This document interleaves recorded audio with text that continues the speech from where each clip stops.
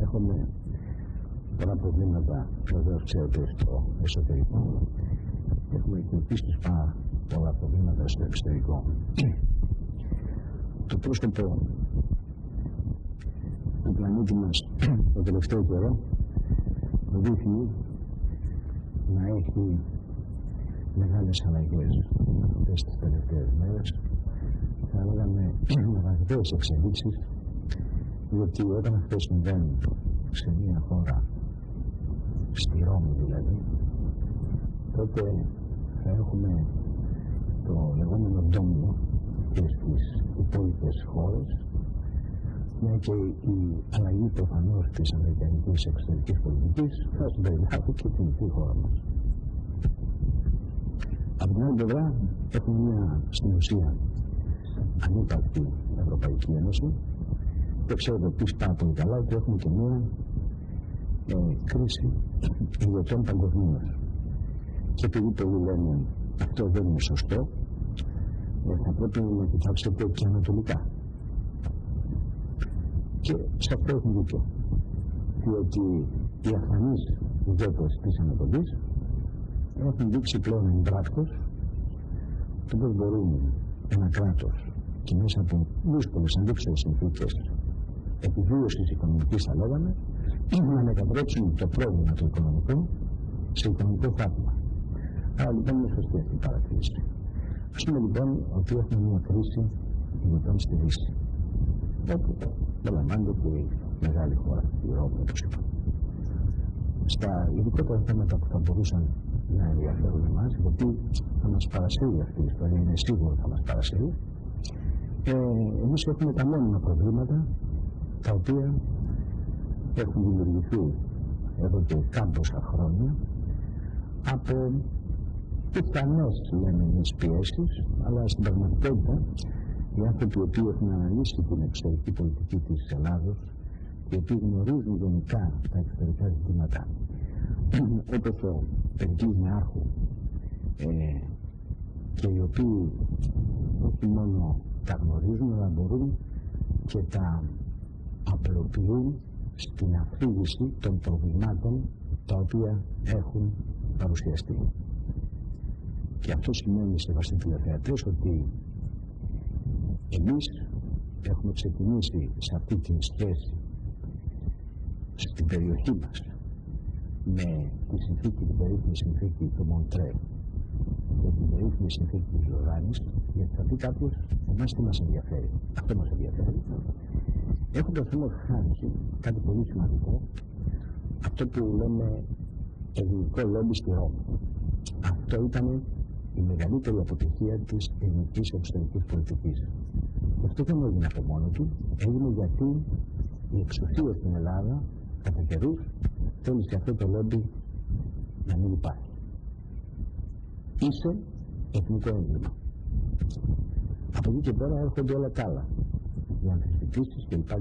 Και για να κλείσουμε, είναι αυτό που είπε στην προχθεσινή μας συζήτηση ο καθηγητής μας Λιθαρής, ότι λέει στο κάτω-κάτω ότι είναι δεσμένος να δεχτούμε τη συγκυριαρχία στο Αιγαίο, γιατί αυτό είναι το κυρίαρχο θέμα, όπως και το κυπριακό. Αυτά έχουμε εμείς και βεβαίως της Ευρωπαϊκής Ενώσης τα προβλήματα που απορρέουν από αυτό το καταραμένο νόμισμα, το οποίο μας έχει κάνει όχι μας πάνω κάτω, και το λέμε έτσι γιατί και η Ιταλία το ίδιο πρόβλημα έχει, και η Ισπανία το ίδιο πρόβλημα, και η Πορτογαλία και η Γαλλία και η Γερμανία, εκεί το περίφημο 3%, το οποίο τους έχει διαλύσει όλους. Και η μόνη η οποία στάθηκε πάντοτε έτσι ήταν το Ηνωμένο Βασίλειο, η Αγγλία δηλαδή. Έμεινε απ' έξω θεατής. Και φυσικά με μια οικονομία πλέον πολύ ισχυρή. Εδώ λοιπόν τα προβλήματά μας απορρέουν από τι? Όχι από την επιβολή, προσέξτε και κλείνουμε, όχι από την επιβολή των θελήσεων των άλλων ισχυρών προς τη χώρα μας, αλλά για την πολιτική του βασιλικότερου του βασιλέως, οι Έλληνες που βρίσκονται στην εξουσία, για να μην αρεστεί από τις μεγάλες δυνάμεις, ίσον λέτε μια μεγάλη δύναμη. Είπε λοιπόν ο καθηγητής και πολύ σωστά, κοιτάξτε, τι θέλετε να συζητήσουμε? Θέλετε να αφήσουμε τη συνθήκη απ' έξω? Γιατί αν αφήσουμε απ' έξω τη συνθήκη της Λοζάνης, θα πρέπει να αναθεωρηθούν και τα σύνορα της Τουρκίας. Η Τουρκία γιορτάζει την υπογραφή αυτής της συνθήκης, διότι οριοθέτησε τη χώρα. Μεγάλη υπόθεση για την Τουρκία. Αυτή είναι η χώρα μας εδώ. Και δεν έχουμε καμία αξίωση πουθενά. Αυτό είναι όλο το πρόβλημα. Αυτό δεν το συζητάμε. Και λέει σε μια προσωπή του λόγου του, θέλετε να μιλήσουμε και στην Κυριακή στο Αιγαίο? Ναι, θα μιλήσουμε. Ακούστε, θα μιλήσουμε και για τα στενά, για την τροποντίδα, θα μιλήσουμε και για αυτά. Μια φοβερή παρατήρηση και θέση. Περικλης Νεαρχου και στα αποτελέσματα της Ευρωπαϊκής Επιτροπής, στις συνέπειες και σε άλλες αναφορές, οι οποίες εμβόλυμα θα μας δώσουν μια εικόνα αυτής της λεγόμενης εξωτερικής πολιτικής. Νομίζω, αφού καλησπερίσαμε τους τηλεθεατές μας, κύριε Χούντα, να πω ότι πολύ σωστά είσαστε από το τι συμβαίνει στη Ρώμη, τη Νέα Ρώμη, γιατί πραγματικά προσδιορίζει το διεθνές σκηνικό και είναι σημαντικό να δούμε τι γίνεται και να παρακολουθούμε τι γίνεται εκεί πέρα, γιατί είναι βέβαιο ότι θα έχει συνέπειες και στην παγκόσμια γεωπολιτική και ειδικότερα στη γεωπολιτική που αφορά την περιοχή μας και τη χώρα μας. Βεβαίως όλος ο κόσμος γνωρίζει ότι ένα από τα μεγάλα θέματα τα οποία προκάλεσαν την ήττα του Ρεπουμπλικανικού κόμματος και του Μπούς, του πρόεδρου Μπούς, ήταν ακριβώς το θέμα του Ιράκ. Και ενώ ξέραμε παλιά μέχρι το Βιετνάμ ότι όπου έμπαινε η Αμερική σήμαινε νίκη. Αυτό ήταν ο κανόνας. Κανόνας ο οποίος κατά έναν τρόπο επιβεβαιώθηκε πανηγυρικά στους δύο παγκόσμιους πολέμους. Και βλέπουμε τότε ότι είναι αυτοί οι ασύμμετροι πόλεμοι που άρχισαν μετά και αυτοί οι άδικοι πόλεμοι που άρχισαν μετά, και είδαμε ότι οδήγησαν στην πρώτη μεγάλη αμερικανική ήττα στο Βιετνάμ.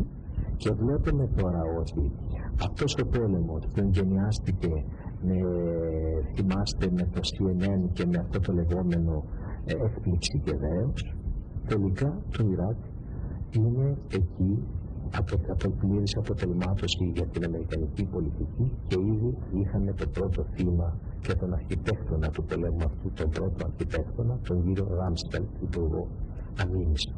Βλέπουμε δηλαδή ότι αυτή η μεγαλεπίβολη πολιτική να αναδιαμορφώσουμε εμείς τη Μέση Ανατολή, να αναδιαμορφώσουμε και την Κεντρική Ασία και να κάνουμε μια ευρασιατική γεωπολιτική που θα εντάξει στο πλαίσιο της την Ευρωπαϊκή Ένωση ως περιφερειακό εταίρο και θα είναι η βάση της δικής μας ηγεμονίας. Βλέπουμε τώρα να παρουσιάζονται μεγάλες αμφισβητήσεις. Και αυτό μας αφορά άμεσα, γιατί ακριβώς ένα από τα ερωτήματα που τίθενται είναι τι θα γίνει τώρα στην επανεξέταση της αμερικανικής γεωπολιτικής. Θα επικρατήσουν οι ίδιοι άξονες, η ίδια μεγαλεπίβολη πολιτική ότι μπορούμε να ελέγξουμε τα πάντα και να τα αναμορφώσουμε όπως θέλουμε, ή θα επικρατήσουν πιο μετριοπαθείς φωνές και θα έχουμε πιο συμμαζεμένη αμερικανική πολιτική στην περιοχή που ενδεχομένως να επηρεάσει και αμεσότερα τη δική μας εδώ περιοχή. Γιατί δεν πρέπει να ξεχνάμε ότι και όλη αυτή η πολιτική που αναφέρατε προηγουμένως σε σχέση με τον καθηγητή κύριο Σαρή και την συγκυριαρχία στο Αιγαίο, τι γίνεται ακριβώς, να το ξαναπούμε για να εμπεδοθεί αυτό το θέμα. Στο πλαίσιο αυτής της νέας μεγαλεπίβολης αμερικανικής γεωπολιτικής, να σημειώσετε τις δηλώσεις πέμπτη. Ναι. Στο πλαίσιο αυτής της μεγαλεπίβολης λοιπόν γεωπολιτικής, της αμερικανικής γεωπολιτικής, υπήρχε και υπάρχει τουλάχιστον μέχρι τώρα ο στόχος η Ελλάδα και η Τουρκία να γίνουν ένα πακέτο. Γι' αυτό το λόγο επιδιώκονται και στα τρία μέτωπα όπου υπάρχουν τουρκικές διεκδικήσεις, από την Κύπρο ως τη Θράκη μέσω Αιγαίου, να επιβληθούν λύσεις συνεταιρισμού, λύσεις συγκυριαρχίας, λύσεις οργανικής αλληλεξαρτήσεως, ούτως ώστε οι δύο χώροι να αποτελέσουν ένα γεωπολιτικό στρατηγικό πακέτο.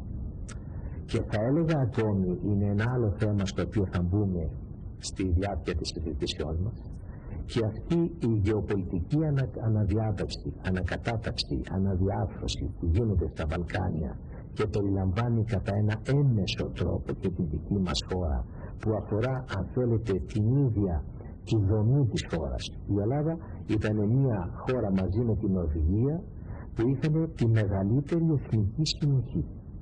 Και ξαφνικά βλέπουμε μέσα σε διάστημα μία 15ετία, χωρίς η χώρα αυτή να είναι ούτε βιομηχανική δύναμη, ούτε πρώην απεικιοκρατική δύναμη, να μεταβάλλεται σε μια χώρα με το μεγαλύτερο ποσοστό λαθρομεταναστών από όλη την Ευρώπη. Είναι ένα ερώτημα το οποίο θα πρέπει να θέσουμε, γιατί δεν πρέπει να νομίσουμε ότι αυτό το πράγμα δεν έχει γεωπολιτική σημασία. Έχει, κατά την άποψή μου, το έχουμε αναφέρει και άλλη φορά και πρέπει και τώρα να το τονίσουμε, γιατί εντάσσεται σε μια αναδιάρθρωση των Βαλκανίων, η οποία αποβλέπει στην μόνιμη σταθερή έξωση της Ρωσίας από τα Βαλκάνια, όπου είχε τη δική της επιρροή από αιώνες, με μεταβολή των παραγόντων που συνθέτουν τις γεωπολιτικές ισορροπίες στα Βαλκάνια.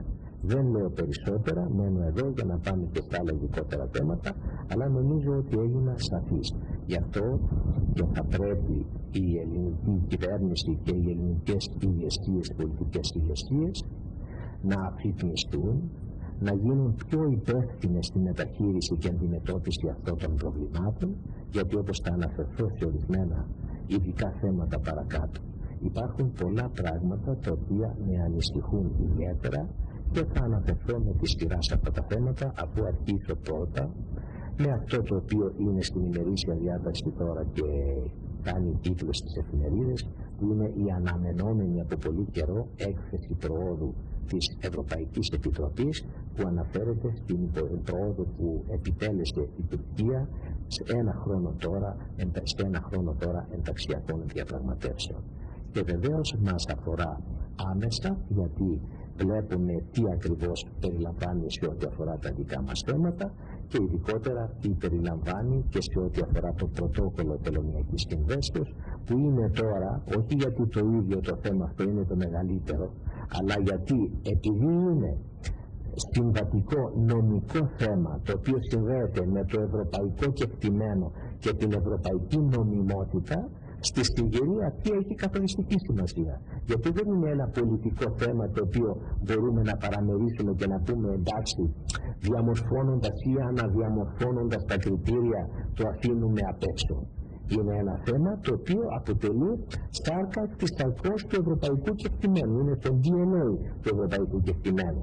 Γι' αυτό το λόγο έχει ιδιαίτερη σημασία και είναι το αμεσότερο εμπόδιο που αντιμετωπίζει σήμερα η Τουρκία, και βεβαίως οι φίλοι της Τουρκίας, ως συνήθως, προσπαθούν να βρουν πάλι διέξοδο, χωρίς όμως να πιεστεί η Τουρκία να εφαρμόσει τις υποχρεώσεις που ανέλαβε απέναντι στην Ευρωπαϊκή Ένωση ως αντάλλαγμα για την παροχή σε αυτήν ημερομηνίας και μετά ενάξιος όντως των ενταξιακών διαπραγματεύσεων.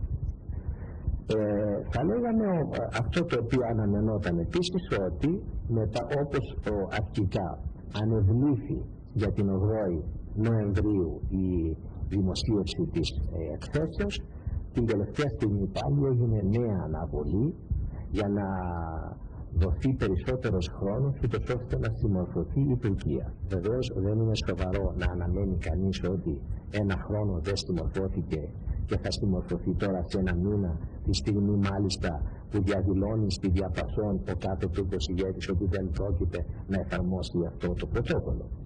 Στην πραγματικότητα η παράταση χρόνου είναι παράταση χρόνου υπέρ της Φιλανδικής Προεδρίας για να συνεχιστεί το παρασκήνιο που είχε αρχίσει με την διπλωματική φόρμουλα της Φιλανδικής Προεδρίας για να βρεθεί λύση σε αυτό το πρόβλημα και στην ουσία για να ασκηθούν πιέσεις σε ποιους?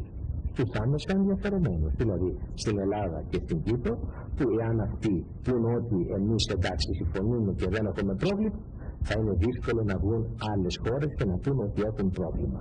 Για άλλες χώρες βεβαίως όλες στη διαπασόν, επειδή είναι ένα θέμα αρχής και μη εξαιρουμένης και της Ευρωπαϊκής Επιτροπής, λένε συνεχώς το Ευρωπάριο και την από εδώ ότι ναι, πρέπει η Τουρκία να εφαρμόσει το πρωτόκολλο. Το ίδιο λέει και η έκθεση της Επιτροπής και μάλιστα μεριμνά να πει ότι η εφαρμογή του πρωτοκόλλου δεν συνδέεται με κανένα τρόπο με άλλα θέματα, ούτε υπόκειται σε διαπραγματεύσεις.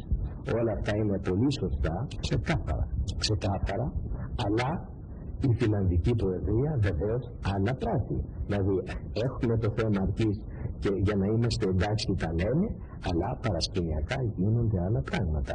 Και βεβαίως όταν λέμε Φιλανδική Προεδρία, μην νομίζουμε ξαφνικά ότι γύρω τόσο στα σοβαρά το ρόλο της ως Προεδρίας η μικρή Φιλανδία και θέλει να λύσει όλα τα καθόλου θέματα. Στην πραγματικότητα, σε ό,τι αφορά τις ευρωτουρκικές σχέσεις, πρέπει συνεχώς να έχουμε στο μυαλό μας ότι πίσω από τις κινήσεις της Φιλανδικής Προεδρίας βρίσκεται η Μεγάλη Βρετανία και ο Αμερικανικός παράγων, οι οποίοι για τους δικούς τους λόγους θέλουν να συνεχιστεί απρόσκοπτη η ενταξιακή πορεία της Τουρκίας και βεβαίως για τον λόγο αυτό καταβάλουν κάθε προσπάθεια και μεθοδεύουν διάφορα πράγματα. Επειδή έχουν ήδη δημοσιευτεί τα υπόλοιπα τι έχει γίνει μέχρι τώρα, θα πω ορισμένα πράγματα τα οποία είναι τα καινούργια. Δηλαδή, συγκεκριμένα ο πυρήνας των προσπαθειών της Φιλανδικής Προεδρίας να βρει δίθεν συμβιβαστική λύση, και βάζω το συμβιβαστική σε εισαγωγικά, γιατί δεν πρόκειται περί συμβιβαστικής λύσης, γιατί συμβιβασμό σημαίνει έχουμε το μέσο όρο ανάμεσα στα δύο άκρα. Εδώ στην πραγματικότητα τι κάνει η Φιλανδική Προεδρία? Αναδέχεται την βασική ιδέα των προτάσεων Γιούλ, που είναι σε αντάλλαγμα για την εφαρμογή του πρωτοκόλλου η Τουρκία να πάρει το απευθείας εμπόριο, και το απευθείας εμπόριο σημαίνει τα κατεχόμενα να μπορούν να διεξάγουν, να έχουν εμπορικές και οικονομικές σχέσεις με την Ευρωπαϊκή Ένωση, δηλαδή και με όλο τον κόσμο κατά προέκταση, δηλαδή με έμμεσο τρόπο να γίνει αναγνώριση de facto των κατεχομένων ως χωριστής οντότητας. Λοιπόν, θέλουν δηλαδή με αφορμή το πρωτόκολλο να μετατρέψουν την κρίση σε ευκαιρία και να προδιαγράψουν μέσα από τη λύση που θα δώσουν προς αυτή την κατεύθυνση τη λύση που θέλουν στο Κυπριακό, δηλαδή τη δημιουργία de facto δύο κρατών, και μετά να πούν να ορίστε η λύση θα προέλθει όπως προέβλεπε το σχέδιο Ανάν με την συνένωση των δύο κρατών και ούτως ώστε εντός των κόλπων της Ευρωπαϊκής Ενώσεως να συνενωθεί δίθεν η Κύπρος. Υπό τον ευθυμισμό της συνενώσεως, στην ουσία συγκαλύπτεται η διχοτόμηση υπό τη χειρότερη μορφή, γιατί δεν θα ανατραπούν τα δεδομένα σε μια τέτοια περίπτωση της διχοτομήσεως, αλλά θα επικυρωθούν και θα νομιμοποιηθούν, και επιπλέον θα γίνει συνέτερος 50 με 50% σε ολόκληρη την Κύπρο η άγκυρα μέσω των Τουρκοκυπρίων, και συνέτερος επίσης και στην Ευρωπαϊκή Ένωση της ψήφου και του βέτο της Κύπρου. Είναι μια πτυχή στην οποία πρέπει να δώσουμε ιδιαίτερη προσοχή, γιατί ενώ τώρα η Κύπρος έχει βέτο και ψήφο, σε μια τέτοια λύση η ψήφος και το βέτο θα είναι, υποτίθεται θεωρητικά, 50 με 50% Τουρκοκύπριοι και Ελληνοκύπριοι, αλλά στην πραγματικότητα λόγω της προβληματικής λύσεως που θα επιβληθεί, η οποία για να λειτουργήσει θα έχει συνεχώς την ανάγκη από την καλή θέληση της άγκυρας, στην ουσία η ελληνική Κύπρος θα είναι όμηρος, και στην ουσία το βέτο και η ψήφος της Κύπρου θα ασκείται μάλλον από την τουρκική πλευρά παρά από κατά 50%. Δηλαδή στην πραγματικότητα, ενώ έχουμε εμείς το βέτο και το ψήφο, και ενώ είναι η συντριπτική πλειοψηφία του νησιού ο ελληνικός πληθυσμός, στην πραγματικότητα θα γινόταν όμηρος με μια τέτοια λύση και το βέτο και η ψήφος της Κύπρου θα υποθηκευόταν εμέσως στην Άγκυρα και η Άγκυρα θα αποκτούσε ένα σκαμνάκι από την πίσω πόρτα στο Ευρωπαϊκό Συμβούλιο. Το θέμα λοιπόν τώρα, στη διάρκεια μέχρι λίγο πριν την Σύνοδο Κορυφής, γίνονται προσπάθειες από τη Φιλανδική Προεδρία να προωθήσει τώρα μία ανανεωμένη πρόταση σε ό,τι αφορά την αμόχωστο, που αντιμετωπίζεται ως το καταλήτη στο μαγικό κλειδί που θα λύσει το αδιέξοδο, γιατί όπως γνωρίζετε υπάρχει η περιφραγμένη πόλεως της αμοχώστου, η οποία είναι απευθείας υπό τον έλεγχο του τουρκικού στρατού, δεν είναι καν υπό τον έλεγχο του ανδρικέλου της κατοχής του κυρίου Ταλάτ, και γίνεται, ενώ υπήρχε από πριν με βάση τις δύο συμφωνίες και τη συμφωνία κορυφής του 1979 που είχε υπογραφεί μεταξύ Δεκτάς και Κυπριανού, ότι θα έπρεπε η αμόχωστος να δοθεί, να επιστραφεί στην ελληνική πλευρά ως κληρονομία καλής τελήσεως, και αυτά επικυρώθηκαν και με ειδικά ψηφίσματα του Συμβουλίου Ασφαλείας. Βεβαίως οι Τούρκοι δεν λαμβάνουν υπόψη ως συνήθως αυτές τις αποφάσεις και αυτές τις συμφωνίες και διαπραγματεύονται να λύσουν με το Κυπριακό με την αμόχωστο. Γι' αυτό το λόγο, ενώ η κυπριακή πλευρά έκανε μία παραχώρηση, κατά τη γνώμη μου άλλωστε δεν συμφωνώ και πολύ με αυτή την παραχώρηση που έκανε σε ό,τι αφορά την αποδοχή της φόρμουλας του Λουξεμβούργου, δηλαδή να δεχτούν ένα μερικό απευθείας εμπόριο, ανοίγοντας μόνο το λιμάνι της αμοχώστου υπό τη συνδιοίκηση των δύο κοινοτήτων και την εποπτεία της Ευρωπαϊκής Επιτροπής και με αντάλλαγμα την επιστροφή της αμοχώστου. Τέλος πάντων, από άποψη διαδικαστική αυτό είναι επικίνδυνο, γιατί από τη στιγμή που παραβιάσεις μια θέση αρχής και το θέσεις ως θέμα διαπραγματεύσεων, υπάρχει κίνδυνος να διολυστήσουν οι θέσεις σου. Γι' αυτό το λόγο θα πρέπει περισσότερο πάνω στα θέματα αρχής να είμαστε άκαμπτοι, γιατί σε διαφορετική περίπτωση κινδυνεύουμε να παρασυρθούμε σε άλλους συμβιβασμούς οι οποίοι πραγματικά θα οδηγήσουν σε ανατροπή των θέσεων μας. Σε κάθε περίπτωση, ενώ η Κύπρος έκανε μια υποχώρηση και δέχτηκε τη λεγόμενη φόρμουλα του Λουξεμβούργου, που να την συνοψίσω σημαίνει τρία πράγματα. Δηλαδή, επιστροφή της περιφραγμένης πόλης της αμοχώστου στην ελληνική πλευρά, άνοιγμα μόνο του λιμένος της αμοχώστου υπό έλεγχο των δύο κοινοτήτων υπό την εποπτεία της Ευρωπαϊκής Επιτροπής, και τρίτο, πάγωμα των κατεχομένων ελληνοκυπριακών περιουσιών, μορατόριο, δηλαδή να μην συνεχιστεί η εκμετάλλευση μέχρι τη λύση. Η τουρκική πλευρά δεν δέχεται τη φόρμουλα αυτή και προσπαθεί, και η πρόταση που έγινε μέσα από τη φόρμουλα της φιλανδική φόρμουλα ήταν να δοθεί δίθεν η περιφραγμένη πόλη στον ΟΗΕ, και μάλιστα να δοθεί σε ένα διάστημα 2 ετών ή 18 μηνών, όχι και άμεσα. Αυτό δεν σημαίνει πολλά πράγματα, γιατί η κατεχόμενη περιοχή έχει εγκλωβισμένη την αμόχωστο, οπότε και να δοθεί στον ΟΗΕ θα παρέμενε πάλι εγκλωβισμένη από το τουρκικό στρατό, και έτσι κι αλλιώς, και αν γινόταν ανοικοδόμηση χωρίς να ανήκει στην ελληνοκυπριακή πλευρά, η ανοικοδόμηση έστω και με διεθνή βοήθεια όπως προτείνεται από τη φόρμουλα θα μπορούσε να μετατραπεί σε μπούμεραγκ, γιατί η τουρκική πλευρά θα μπορούσε να την πάρει οποιαδήποτε στιγμή πίσω σε περίπτωση που δεν κατέληγαν σε ολοκληρωμένη συμφωνία, και να επικιστεί μάλιστα μια και θα έχει ανοικοδομηθεί. Άρα δεν έγινε αποδεκτή από την ελληνική πλευρά σε καμία περίπτωση, γιατί δεν μπορεί κανείς να πάρει ένα τέτοιο αντάλλαγμα και να δεχτεί την αναγνώριση του ψευδοκράτου. Σε καμία περίπτωση. Τώρα η αμερικανική πλευρά δια του βοηθού υφυπουργού εξωτερικών του Μάθιου Μπραΐζα, υπέβαλα μια πρόταση να επιστραφεί στην ελληνική πλευρά το 20% έναντι της αναγνωρίσεως του ψευδοκράτους. Δηλαδή πρόκειται για αστεία πράγματα. Και όλη η ιστορία ψάχνουν απεγνωσμένα, αφού η τουρκική πλευρά και η αδιαλαξία δεν κάνει καμία χειρονομία να επιστρέψει τουλάχιστον την αμόχωστο στην ελληνική πλευρά, προσπαθούν με ένα γελίο κόστος να επιτύχουν και με πιέσεις τη σύμφωνη γνώμη της ελληνικής πλευράς για να συγκατατεθεί στο να μην υπάρξουν κυρώσεις σε ό,τι αφορά την άρνηση της Τουρκίας να εφαρμόσει το πρωτόκολλο.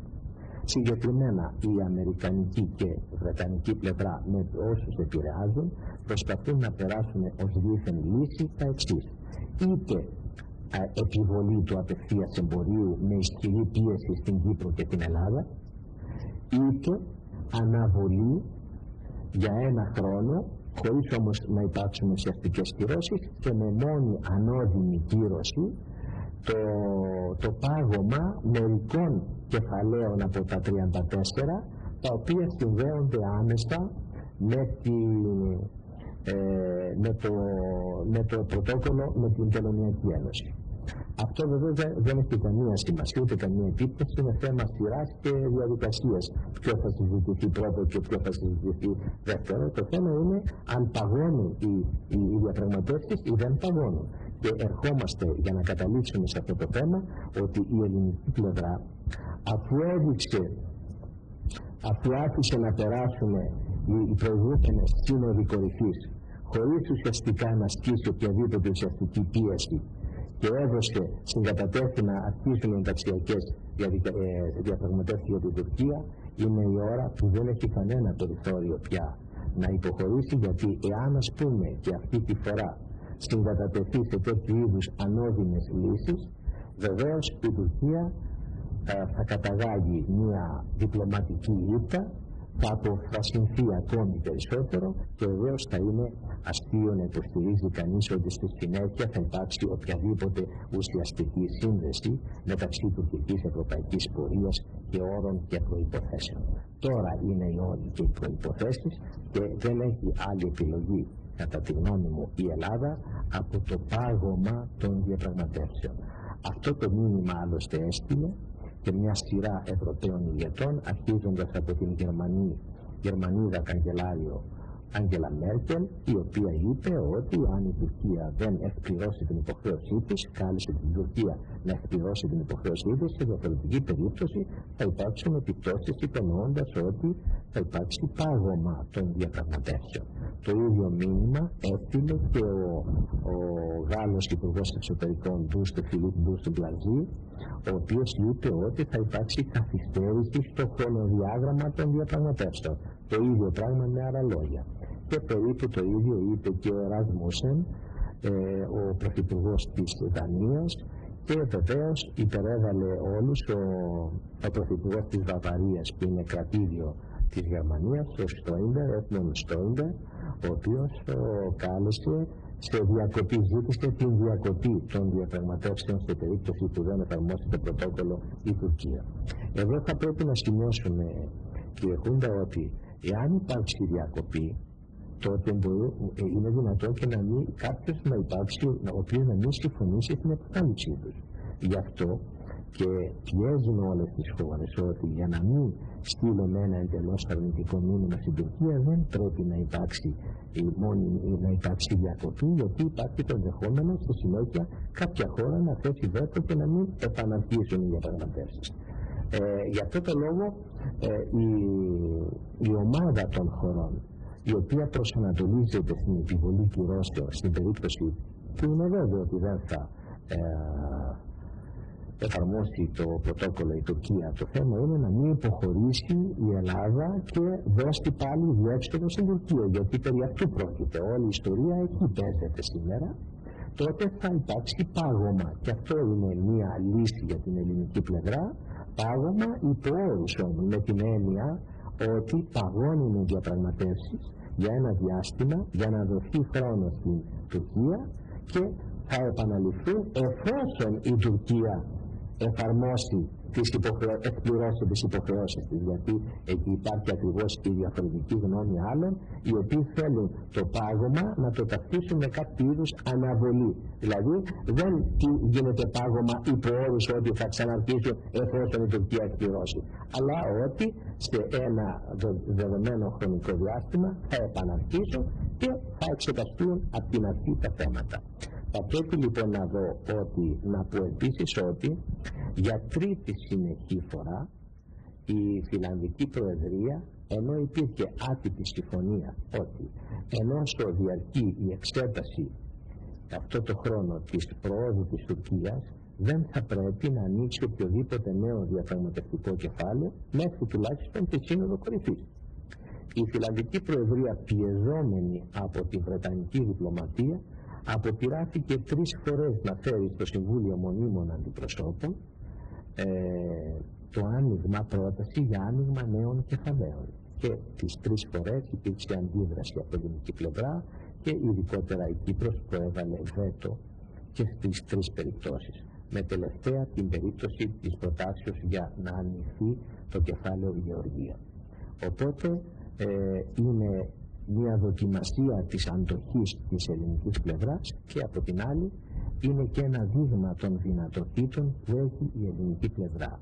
Η θέση της ελληνικής πλευράς είναι ισχυρή και δεν είναι καθόλου απομονωμένη. Το τι θα επιτύχει και το τι θα εξαρτηθεί από το τι θα κάνει. Εάν η ίδια δεν αυτοϋπονομευτεί και εξασθενήσει τη θέση της με υποχωρήσεις απαράδεκτες και συμβιβασμούς απαράδεκτους, μπορεί να ελπίζει ότι θα μπορεί να έχει αποτελέσματα η πολιτική αυτή.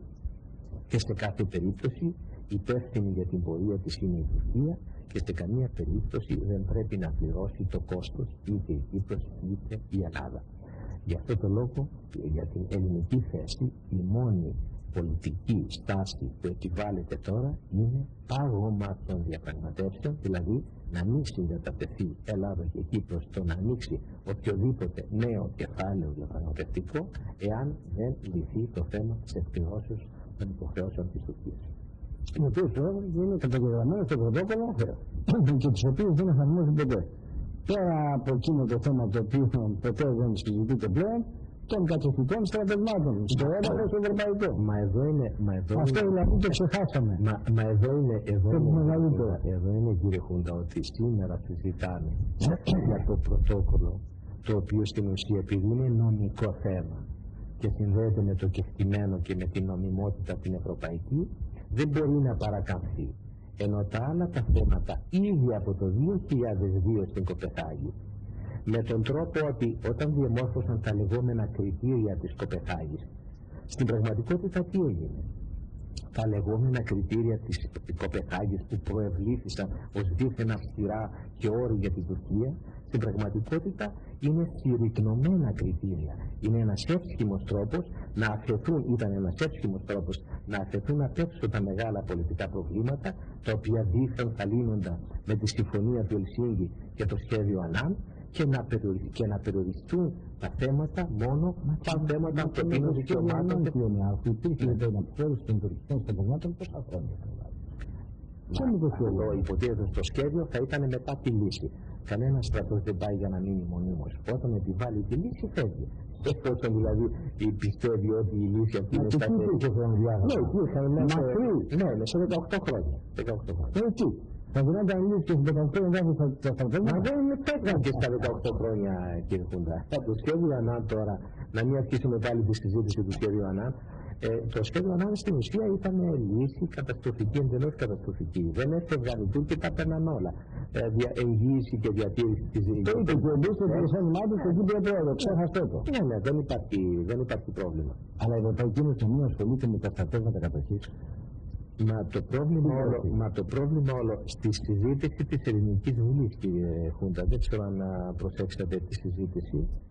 Εδώ ο αρχηγός της αξιωματικής αντιπολιτεύσεως κάλεσε τον Καραμαλή να θέσει το θέμα της αποστρατικοποιήσεως της Κύπρου, το οποίο ο ίδιος έθεσε στον κύριο Ερντογάν. Δηλαδή, ερχόμαστε εμείς οι ίδιοι να μιλάμε δίθεν για αποστρατικοποίηση της Κύπρου. Δηλαδή η εθνοφρουρά, παράδειγμα, της Κύπρου, που είναι το νόμιμο στράτευμα μιας χώρας, είναι στην ίδια μοίρα με τον κατοχικό στρατό και τα θέτουν όλα στο κοινό τσουβάλι της αποστρατικοποίησης. Δηλαδή μην θίξουμε την τουρκική πλευρά και την ελληνοτουρκική φιλία μιλώντας για στρατεύματα κατοχής, μιλάμε για αποστρατικοποίηση της Κύπρου. Όταν φτάνουμε εμείς ήδη σε αυτό το επίπεδο, φανταστείτε ότι τι θα κάνουν οι ξένοι. Γι' αυτό το λόγο μια από τις προτεραιότητες που πρέπει να τεθούν γενικά στην πολιτική μας, αλλά δεν βλέπω να τίθενται δυστυχώς, είναι το να επανατοποθετήσουμε το πρόβλημα και να μιλάμε για εισβολή και κατοχή, γιατί τώρα τι γίνεται, θέλουν με την υπερπροβολή του θέματος ως διακοινωτικού να διαγράψουν την πραγματικότητα και να αποστιοποιήσουν την τουρκική κατοχή και την φύση, την ουσία του θέματος που είναι στην πραγματικότητα εισβολή και κατοχή. Επειδή όμως έχουμε και άλλα θέματα, εάν συμφωνείτε κύριε Χούντα και αν δεν έχετε καμία ερώτηση να υποβάλλετε πάνω στα όσα συζητήσαμε ή καμία παρατήρηση να κάνετε, να προχωρήσουμε σε μερικά άλλα θέματα που πιστεύω ότι είναι επίσης πάρα πολύ σημαντικά. Και μια και συζητούμε για το Κυπριακό, μου ήρθε μια πληροφορία από τη μακρινή Χιλή. Τις 6 με 7 του μηνός αυτού είχαμε στη Χιλή το Συμβούλιο της Σοσιαλιστικής Διεθνούς. Εκεί στη μακρινή Χιλή, όπου πίστευε κανείς ότι οι Δύσεις δύσκολα φτάνουν εδώ πέρα, δυστυχώς έχουμε κακά νέα και είναι θα έλεγα, πώς να το χαρακτηρίσω δεν ξέρω τώρα, ας το αφήσω καλύτερα μην το χαρακτηρίσω. Εκεί νομίζω το ίδρυψε... Εκεί το Συμβούλιο είναι το όργανο το οποίο είναι αμέσως κατώτερο από το συνέδριο, αλλά στην ουσία συμμετέχουν σχεδόν όλες οι χώρες και στο Συμβούλιο. Είχαμε την κοινή να προεδρεύσει ο προεδρεύει είναι ο πρόεδρος της Σοσιαλιστικής Διεθνούς. Και εκεί έγινε πρόταση και πάρθηκε απόφαση από το Συμβούλιο της Σοσιαλιστικής Διεθνούς. Από ποιον? Από την Χιλή? Δεν ξέρω ποιες χώρες έγιναν, αλλά οπωσδήποτε ψηφίστηκε ομοφόνος και δεν νομίζω ότι είναι ειρήνη του Προέδρου που έγινε η ψηφοφορία αυτή ή που ειστήφθη το θέμα. Ποια είναι η πρόταση? Και η πρόταση ήταν να προσκληθεί στο επόμενο συνέδριο για να γίνει δόκιμο μέλος το Ρεπουμπλικανικό Κόμμα του κατοχικού ηγέτη της Κύπρου Τσαλάτη. Πόσο σίγουρο είναι αυτό? Είναι βέβαιο, γιατί έχω την επίσημη ανακοίνωση. Σοβαρά. Βεβαίως. Λοιπόν, οπότε αντιλαμβάνεστε, δηλαδή στην πραγματικότητα είναι σαν στο επίπεδο του. Είχαμε κάνει ένσταση ο πρόεδρος, ο κ. Σαφανίδης.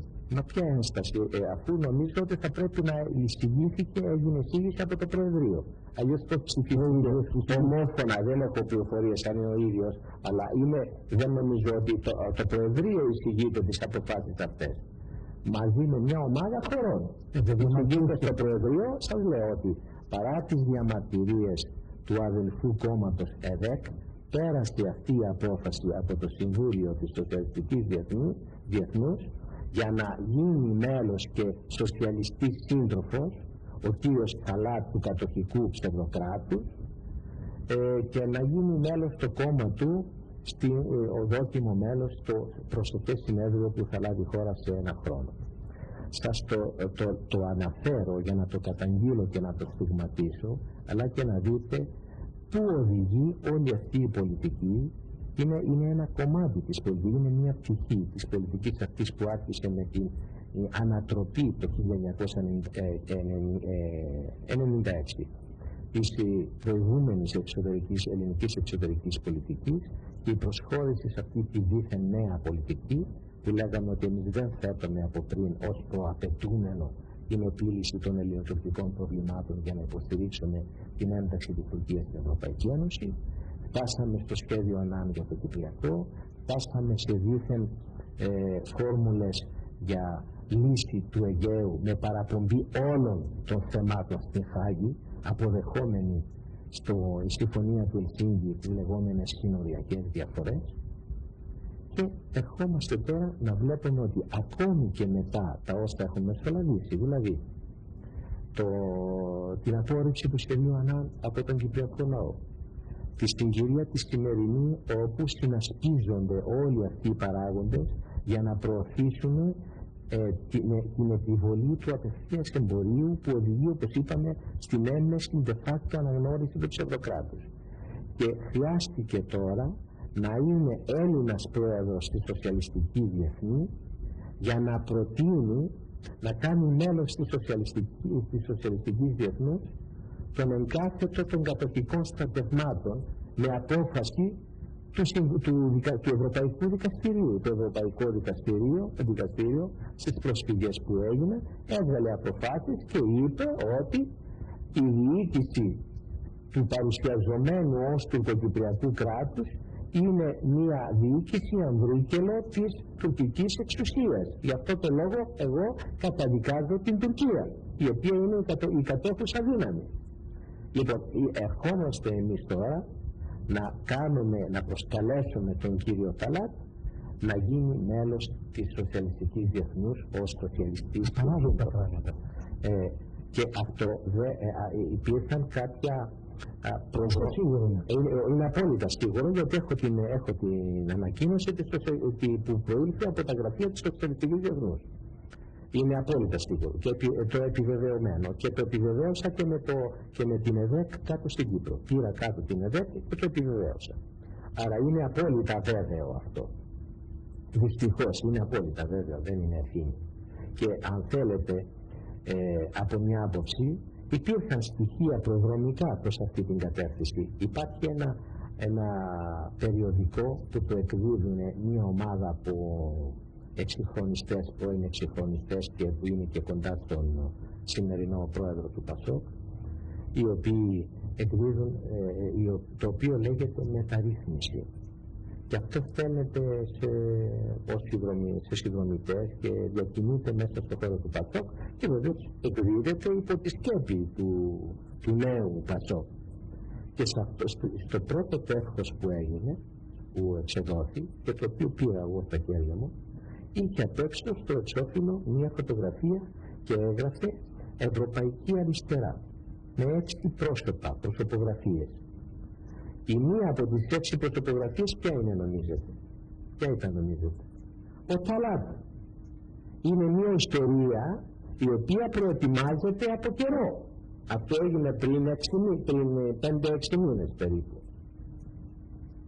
Και υπήρχαν ναι, βέβαια, θα βγάζει ο κύριος Μπίστης, είναι ο υπεύθυνος, νομίζω κατά νόμον υπεύθυνος, είναι ο κύριος Μπίστης. Είχε τον Ταλάτ φωτογραφία. Βεβαίως, το εξώφυλλο και τον παρουσίαζε ως Ευρωπαϊκή Αριστερά. Είναι απίστευτα πράγματα. Και φτάσαμε τώρα το αποκορύφωμα να προσκαλέσουμε το Ταλάτ να γίνει και μέλος της Σοσιαλιστικής Διεθνούς.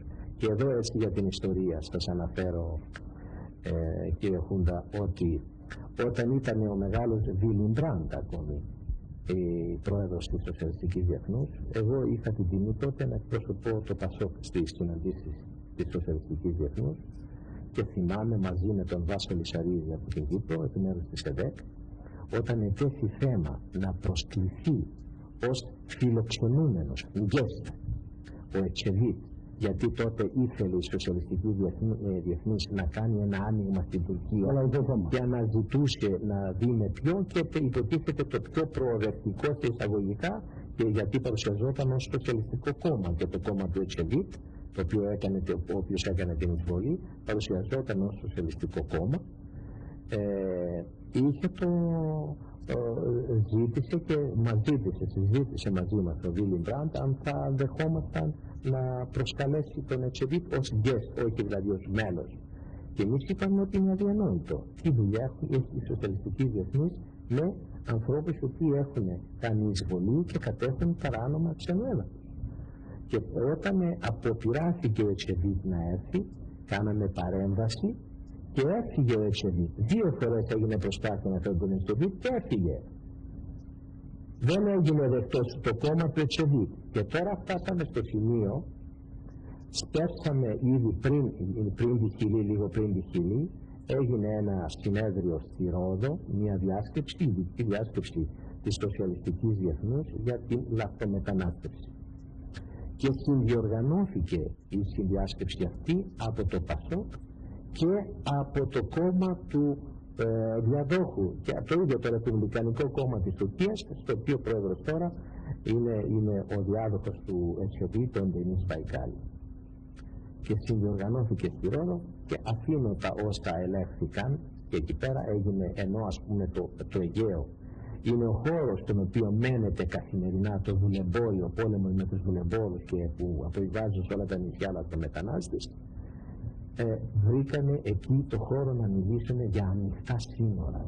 Ανοιχτά σύνορα, δηλαδή είναι αυτό που λεγόταν παλαιότερα soft frontiers, δηλαδή ευέλικτα σύνορα, όχι τείχος και φρούριο δίθεν σύνορα, δηλαδή αφήστε τους λαθρομετανάστες να μπουν. Ενώ έχουμε τέτοιο πρόβλημα, πάμε στο Αιγαίο που είναι η πιο εκτεθειμένη περιοχή και σε συνδιοργάνωση με τον κύριο Μπαϊκάλο τα γνωρίζουμε το 80% των λαθρομεταναστών μας έρχονται μέσα από την Τουρκία και ενώ υπάρχει συμφωνία όταν συλληφθούν λαθρομετανάστες που προέρχονται από τη χώρα, από την Τουρκία να επαναπροωθούνται, δεν δέχεται καμία συζήτηση και δεν δέχεται κανένα πίσω. Και ενώ είναι σε ενταξιακή πορεία, εμείς δεν θέτουμε κανένα θέμα. Και πάμε αντίθετα με τον αρχηγό της αξιωματικής αντιπολιτεύσεως να συνδιοργανώνουμε διασκέψεις για ανοιχτά σύνορα στο Αιγαίο. Είναι πολλά δυστυχώς και είναι συμπτώματα μιας πολιτικής η οποία όμως έχει υπερβεί τα εσκαμμένα, έχει υπερβεί κάθε όριο. Γιατί και εδώ, μια και μιλήσαν για το θέμα των λαθρομεταναστών, πρέπει να πούμε δύο λόγια, γιατί δεν είναι το μόνο ανησυχητικό. Υπάρχουν και άλλα ανησυχητικά στοιχεία. Παράδειγμα, πάρθηκε η απόφαση για να δοθεί η ελληνική υπηκότητα στους βορειοϊπηρώτες, 30.000 λέει. Τώρα βεβαίως δεν είναι 30.000, 30.000 λέμε έτσι τώρα για να μην φανεί το αριθμός πολύ μεγάλος. Στην πραγματικότητα το ειδικό δελτίο του βορειοϊπηρώτη είτε είναι είτε δεν είναι, το έχουν γύρω στους 250.000. Οπότε είναι μεγάλη ιστορία και βεβαίως προκαλεί ανάμεικτα αισθήματα αυτή η ιστορία, γιατί από τη μια Έλληνες είναι άνθρωποι και τους καταλαβαίνω από μια πλευρά να θέλουν να πάρουν την ελληνική υπηκότητα. Βεβαίως έχοντας το δελτίο του ομογενού σχεδόν είχαν όλα τα δικαιώματα του Έλληνα, ίσως το μόνο που δεν μπορούσαν να έχουν ήταν το διαβατήριο για να κινούνται ελεύθερα στην Ευρωπαϊκή Ένωση. Νομίζω αυτό περισσότερο τους παρακινούσε να θέλουν το διαβατήριο, να θέλουν την υπηκότητα για να μπορούν να έχουν ελεύθερη πρόσβαση σε άλλες χώρες της Ευρωπαϊκής Ένωσης. Αλλά το θέμα είναι το εξής, ότι η πολιτική αυτή τελικά παρά τους ισχυρισμούς ότι δήθεν προστατεύονται τα δικαιώματά τους και έγινε τροποποίηση του αλβανικού συντάγματος και είναι κατοχυρωμένα τα δικαιώματά τους, δεν τα πολύ πιστεύω, κύριε Χούντα. Πιστεύω πως αυτή η κατάσταση μπορεί να οδηγήσει στην ουσιαστική εξάλληψη της ελληνικής μειονότητας και είναι ένα θέμα, γιατί αυτή η μειονότητα ήταν μια παρουσία πανάρχια, έχει την πολιτική και γεωπολιτική σημασία της και είναι κρίμα εμείς με την πολιτική μας να καταστρέφουμε και να ξεριζώνουμε αυτή τη μειονότητα, ενώ στην ουσία επιτρέπουμε την ίδια στιγμή να δημιουργούνται στο έδαφος μας άλλες πολυπληθείς μειονότητες. Αυτό είναι ένα θέμα το οποίο το θίγω παρεπιπτόντως, αλλά πάω αμέσως παρακάτω στις αντιδράσεις και αυτό είναι που με ανησυχεί. Η αντιπολίτευση δεν αντέδρασε και έχει ενδιαφέρον να δούμε την ανακοίνωση που έκανε. Τι ανακοίνωση έκανε? Εμείς είμαστε υπέρ της παροχής πολιτικών δικαιωμάτων σε όλους όσους είναι μόνιμοι κάτοικοι της Ελλάδος και αισθάνονται Έλληνες πολίτες. Η ανάγνωση νομίζω της ανακοινώσεως είναι σαφής. Δηλαδή δεν υποστηρίζουμε μόνο να δοθούν πολιτικά δικαιώματα τώρα στους βορειοϊπηρώτες, αλλά οι βορειοϊπηρώτες πάνε να ανοίξουν την πόρτα με πρόσχημα τους βορειοϊπηρώτες, ανοίγουμε την πόρτα σε μια άλλη ιστορία για να δώσουμε πολιτικές υπηκότητες χωρίς ουσιαστικό έλεγχο και χωρίς καμία σαφή πολιτική και μάλιστα να εντάξουμε αυτό το θέμα στον κομματικό ανταγωνισμό. Ποιος θα δώσει περισσότερους για να πάρει ψηφοφόρους. Είναι μια πολύ ολισθηρή οδός και είναι ένα πολύ επικίνδυνο θέμα, γιατί είδα την περασμένη Κυριακή στην Καθημερινή μια ανακοίνωση ότι η βουλευτής της Νέας Δημοκρατίας, κυρία Παπακώστα, μαζί με άλλους 50 βουλευτές, και τώρα τόσο μεγάλη επιρροή είναι της κυρίας Παπακώστα. Όχι, βεβαίως, είναι κάποια υποστήριξη επίσης του επισήμου κόμματος, και έβαλε μπροστά την κυρία Παπακώστα. Και αυτό είναι άλλο ανησυχητικό, και λέει για να θέσουν και ζητούν οι 50 βουλευτές της Νέας Δημοκρατίας να τεθεί προς συζήτηση στην αναθεώρηση του συντάγματος το θέμα της παροχής τους μετανάστες πολιτικών δικαιωμάτων. Σημειώνω ότι έχει προηγηθεί το ΠΑΣΟΚ, το οποίο υπέβαλε πλήρες έγγραφο για παροχή πολιτικών δικαιωμάτων με τον κύριο Αλυβιζάτο επικεφαλής, και μάλιστα ζήτησε σε αυτό το έγγραφο να γίνει τροποποίηση και του προημίου του ελληνικού συντάγματος, το οποίο γίνεται αναφορά στον ελληνικό λαό, υπονοώντας ότι κάποτε ήμασταν εθνικό κράτος και τώρα δεν είμαστε πια, πάμε, εξελισσόμαστε και γινόμαστε πολυπολιτισμικό κράτος, οπότε δεν μπορούμε τώρα να μιλούμε για ελληνικό έθνος και για ελληνικό λαό, αλλά θα πρέπει να μιλούμε για το πολυπολιτισμικό. Σε ποιο άλλο σύνταγμα είναι αυτό? Πέστε μου σας παρακαλώ. Αλλά θέλω να πω ότι είναι σε αυτή τη χώρα δεν ξέρω τι γίνεται, αλλά ορισμένοι έχουν χάσει κάθε έννοια του μέτρου και κάθε έννοια λογικής.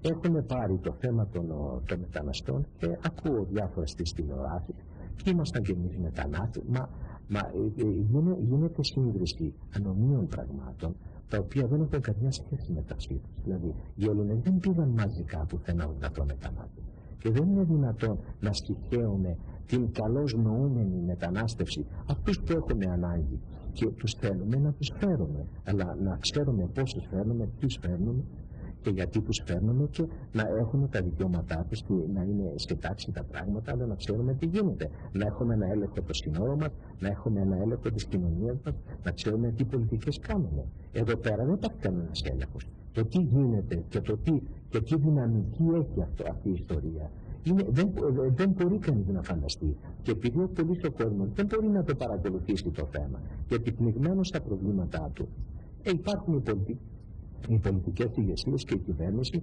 υποτίθεται για να παρακολουθούν αυτά τα θέματα και να χαράσουν γεωπολιτικές, στρατηγικές κτλ.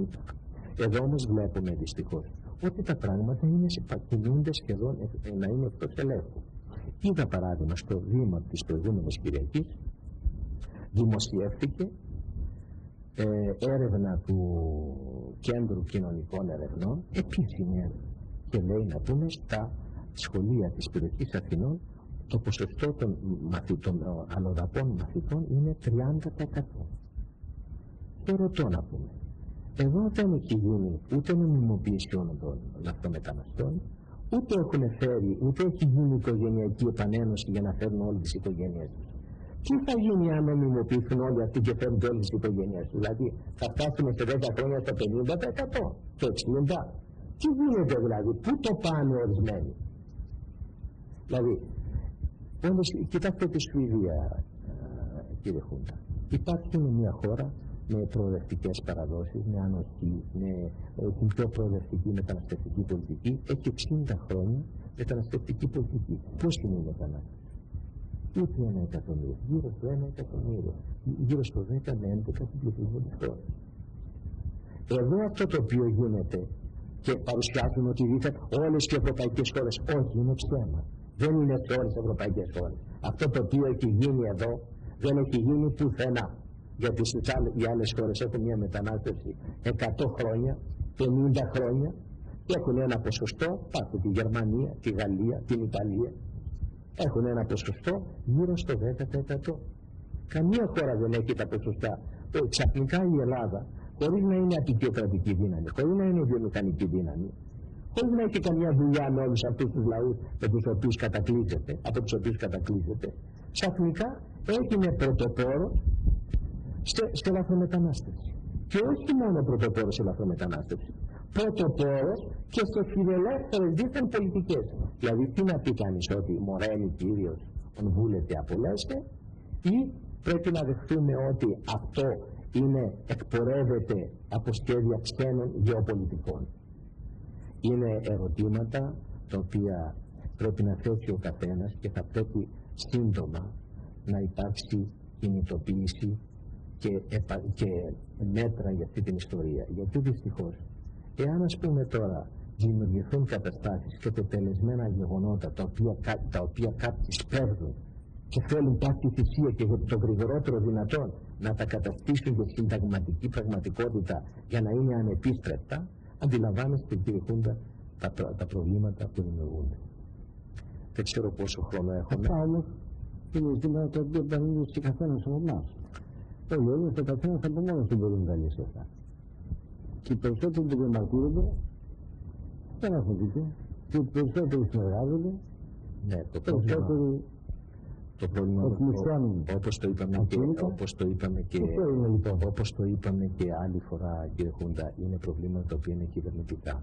Γιατί βλέπετε παράδειγμα, μια επιχείρηση, όταν στην αγορά υπάρχει φθηνό εργατικό δυναμικό και όταν έχουμε επιτρέψει την παγκοσμιοποίηση να γίνει ξέφραγο αν θέλει η χώρα και να μπαίνουν προϊόντα από όλες τις χώρες του κόσμου και όχι μόνο από την Ευρωπαϊκή Ένωση, όπως εμείς υποτίθεται ότι είχαμε υπογράψει και είχαμε δεχτεί, τότε οι όροι του ανταγωνισμού γίνονται τόσο άγριοι και σκληροί που ο καθένας για το δικό του κέρδος δεν θα πάρει τον Έλληνα εργαζόμενο, θα πάει να βρει αλλοδαπούς εργάτες να τους πληρώσει λιγότερα.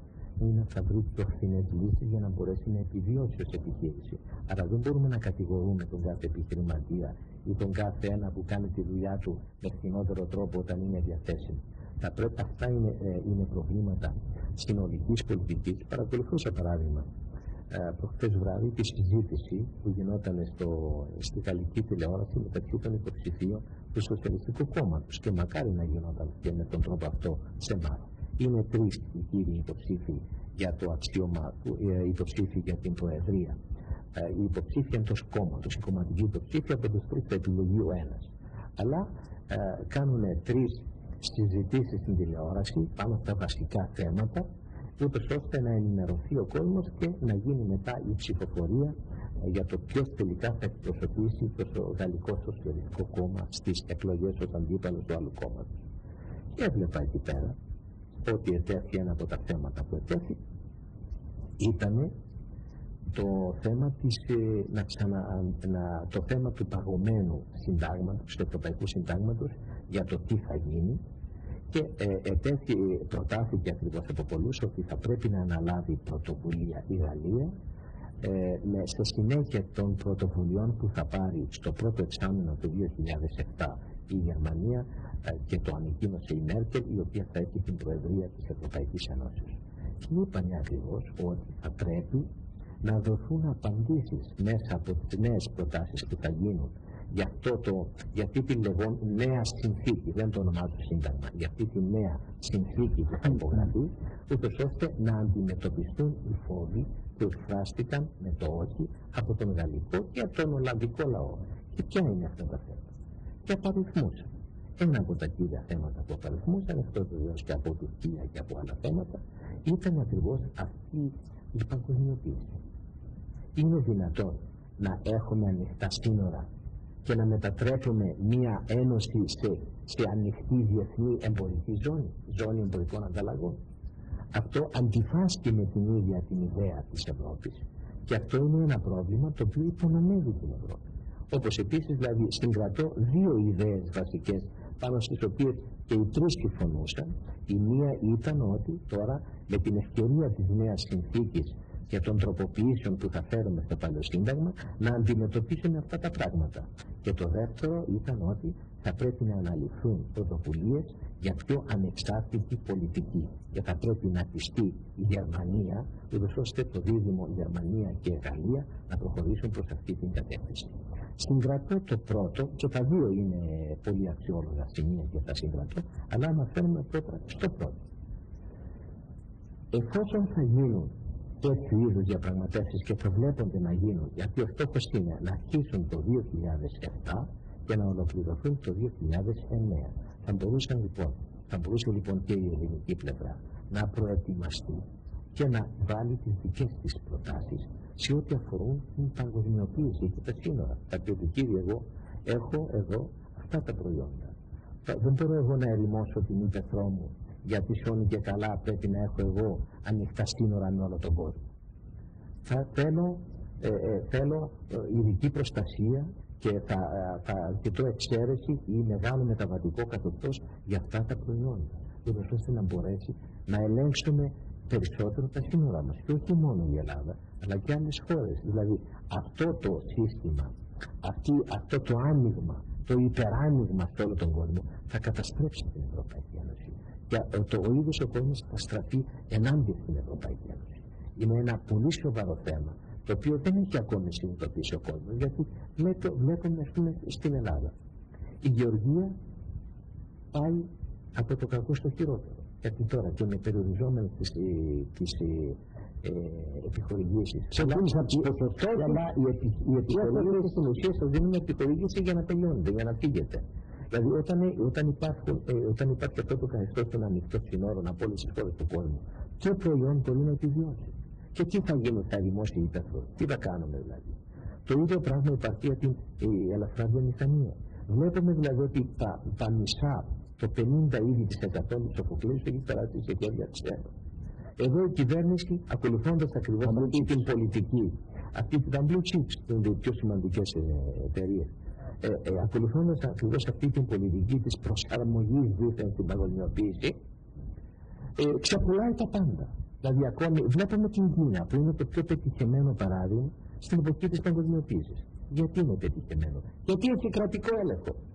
Αν δεν είχε κρατικό έλεγχο και άφηνε τα πράγματα σε χρηματιστήρια, δεν θα έμπαιναν εκεί τα ξένα κεφάλαια της ξεκινάσεως. Εκεί το ξένο κεφάλαιο πηγαίνει σε μακροπρόθεσμη βάση για επένδυση, τις περισσότερες φορές με joint ventures, με κοινές επιχειρήσεις με τους Κινέζους, και οι Κινέζοι έχουν πολιτικό έλεγχο. Δηλαδή δεν είναι δυνατόν εμείς τώρα να αφήνουμε τα πράγματα και να νομίζουμε ότι ακόμη και οι βασικές εταιρείες των υπηρεσιών θα πρέπει να ξεπουληθούν, να τα δώσουμε όλα, και θα μείνει τι το κράτος. Δηλαδή με τις λεγόμενες ανεξάρτητες αρχές αδειάσαμε το κράτος από τις εξουσίες. Με το ξεπούλημα όλες τις οικονομικές περιουσίες ακόμη και των βασικών υπηρεσιών, τελικά τι θα γίνει το κράτος? Διαλύουμε δηλαδή τον ΟΤΕ και βάζουμε μέσα τη Vodafone. Δηλαδή παραδίδουμε τη χώρα μόνο στις πολυεθνικές. Αυτά είναι απαράδεκτα πράγματα. Δηλαδή χρειαζόμαστε μια πολιτική μεικτής οικονομίας. Πιο μεικτής οικονομίας. Δεν είναι θέμα να επενούμε τον κρατισμό, αλλά είναι θέμα να λειτουργούν και κρατικές εταιρείες με ιδιωτικο-οικονομικά κριτήρια, και ούτως ώστε να μπορούμε να έχουμε ένα έλεγχο και να μπορούμε να ασκήσουμε μια πολιτική και να διαμορφώσουμε μια εθνική στρατηγική στη μακροοικονομία. Πώς θα λειτουργήσει αυτό το πράγμα? Δηλαδή θα πρέπει να κάνουμε αντί δηλαδή να ακολουθούμε αυτόν τον τυφλό δρόμο της παγκοσμιοποίησης και να νομίζουμε ότι τάχα αυτό είναι αναπόφευκτο και ότι δεν έχει άλλο τρόπο παρά να προσαρμοστούμε σε αυτό, θα πρέπει σιγά σιγά να αναζητήσουμε συμμαχίες και να δούμε σε ποιους τομείς θα πρέπει να χτίσουμε κάποια φράγματα. Σε διαφορετική περίπτωση τα πράγματα θα χειροτερεύουν από μέρα σε μέρα, και το βλέπουμε. Η οικονομία εδώ το εμπορικό έλλειμμα. Το εμπορικό έλλειμμα κινδυνεύει να μας τεινάξει στον αέρα. Δέστε παράδειγμα το πρώτο οχτάμηνο του 2006. 14, αν θυμάμαι καλά, 14,5 δισεκατομμύρια, δηλαδή θα εκτιναχθεί γύρω στα 25 ως το τέλος του χρόνου δισεκατομμύρια. Και πού θα πάει αυτή η ιστορία? Δηλαδή τελικά, όπως ο υφυπουργός ο Οικονομικών είπε, ότι η Ελλάδα θα δανειστεί φέτος για να καλύψει τα ελλείμματα 36 δισεκατομμύρια ευρώ. Και νομίζω είναι πολύ συντηρητικός ο αριθμός, μάλλον θα πάμε κοντά στο 40-42 δισεκατομμύρια. Και πού θα πάει η χώρα όταν δανείζεται συνεχώς, έχει ένα τέτοιο έλλειμμα? Και το έλλειμμα από πού προέρχεται? Γιατί ακριβώς επειδή έχουν ανοιχτά σύνορα, έχουν εισβάλει όλα τα ξένα προϊόντα, και η παρουσιαζόμενη ως ανάπτυξη είναι κατανάλωση στην ουσία. Κατανάλωση ξένων προϊόντων. Δηλαδή δεν είναι ότι είναι κατανάλωση η οποία ενισχύει τη βιομηχανία και την παραγωγή νέων προϊόντων κτλ. Δεν είναι δηλαδή ποσοστό παραγωγής. Άρα η κατάσταση αυτή είναι αδιέξοδη και χρειαζόμαστε νέες λύσεις και νέες προσεγγίσεις. Και αυτά τα θέματα μπορούν τώρα με την ευκαιρία που θα επανατεθεί προς συζήτηση το λεγόμενο Ευρωπαϊκό Σύνταγμα να είναι και μια ευκαιρία να συζητηθούν σε ευρωπαϊκό επίπεδο και η Ελλάδα να είναι έτοιμη να ετοιμάσει κάποια πακέτα, κάποιες προτάσεις σε βασικούς τομείς για να στηρίξει την οικονομία της. Σε διαφορετική περίπτωση δεν βλέπω πολύ καλά τα πράγματα.